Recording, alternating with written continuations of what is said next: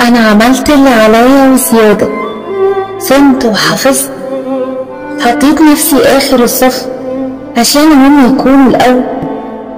كنت بداري وجع وأضحك، كنت أقول مش مهم أنا، المهم هم يكونوا بخير.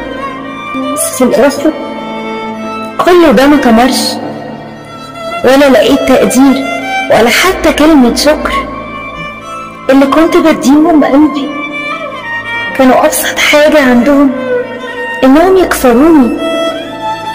الوجع مش إني اديت وما خدتش، الوجع الحقيقي إني اديت لناس ما يستاهلوش.